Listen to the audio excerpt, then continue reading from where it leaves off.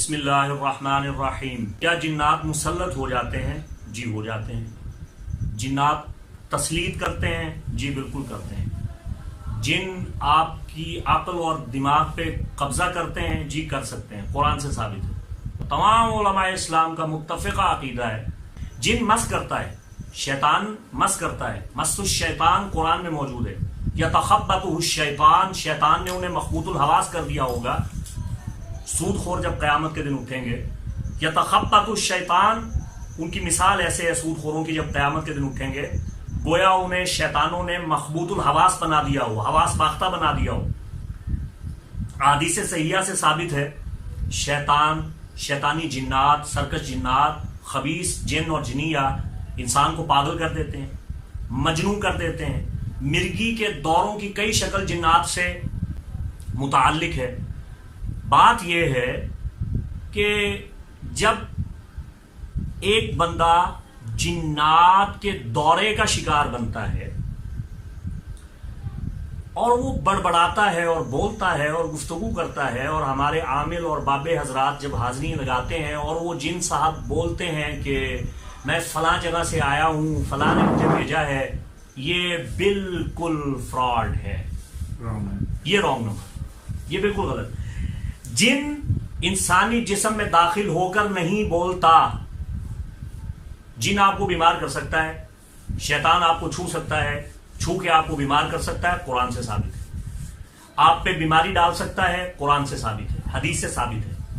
آپ کو موت کے گھاٹ اتار سکتا ہے، قرآن و حدیث سے ثابت ہے۔ لیکن آپ کے جسم میں گھس کے بولے، یہ ممکن نہیں ہے، ایسا قطعاً ممکن نہیں ہے، یہ فراڈ، یہ ڈرامہ ہے۔ جتنی بھی خواتین اس واہمے کا مطلع ہے، ہم پہ جن آتے ہیں، ہم پہ بزرگ آتے ہیں، ہم پہ ارواح آتی ہیں، جی وہ بولتی ہیں، در حقیقت یہ ڈپریشن ہے، ذہنی امراض ہیں۔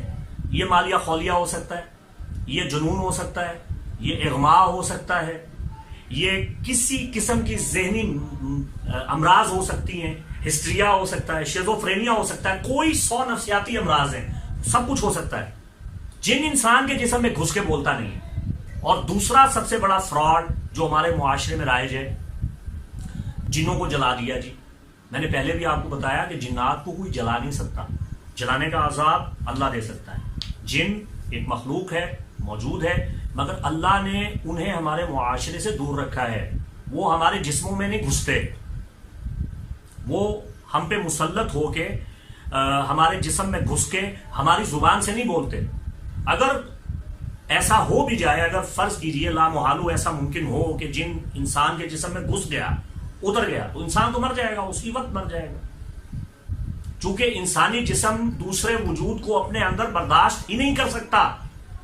یہ عقیدہ حلول ہے اور علماء نے اسے رد کیا ہے۔ کسی قسم کا حلول انسانی جسم میں نہیں ہو سکتا۔ ہماری روح کسی قسم کی دوسری روح کو اپنے جسم میں برداشت ہی نہیں کر سکتی۔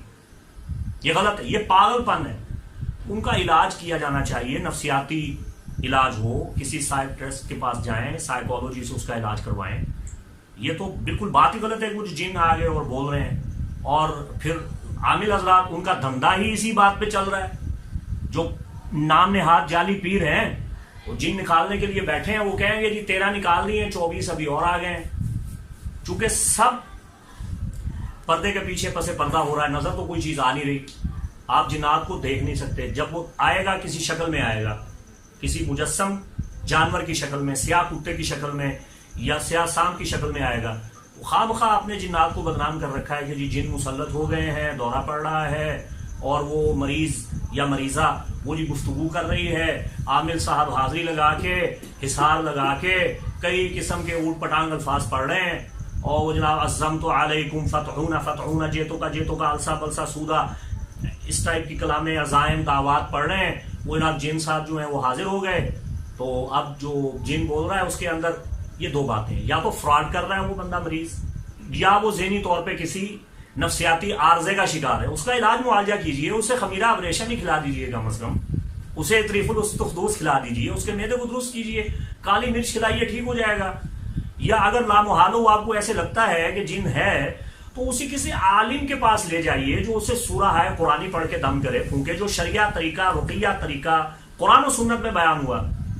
یہ سب ڈھونگ ہیں جو رچائے ہوئے ہیں اور جن کو بہت شوق ہے کہ جی ہم نے جنات کو نکالنا ہے اور جی ہم جن رکھتے ہیں اور ہماری قید میں ہیں اور ہم انہیں داخل بھی کرتے ہیں. اگر آپ کے سامنے کبھی کوئی جن آ گیا تو آپ کبھی کسی کو کچھ بتانے کے قابل نہیں رہیں گے. اب بات کرتے ہیں جی موکل کی. موکل کسے کہتے ہیں؟ موکل کا معنی ہے جس پہ آپ کا بھروسہ ہو.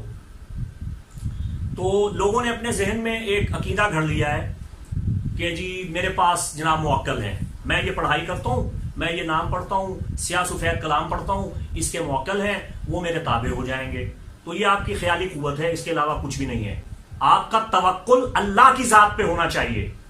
جب آپ قرآن پڑھیں تو آپ اللہ تعالیٰ کی عبادت کیجئے، دعا کیجئے.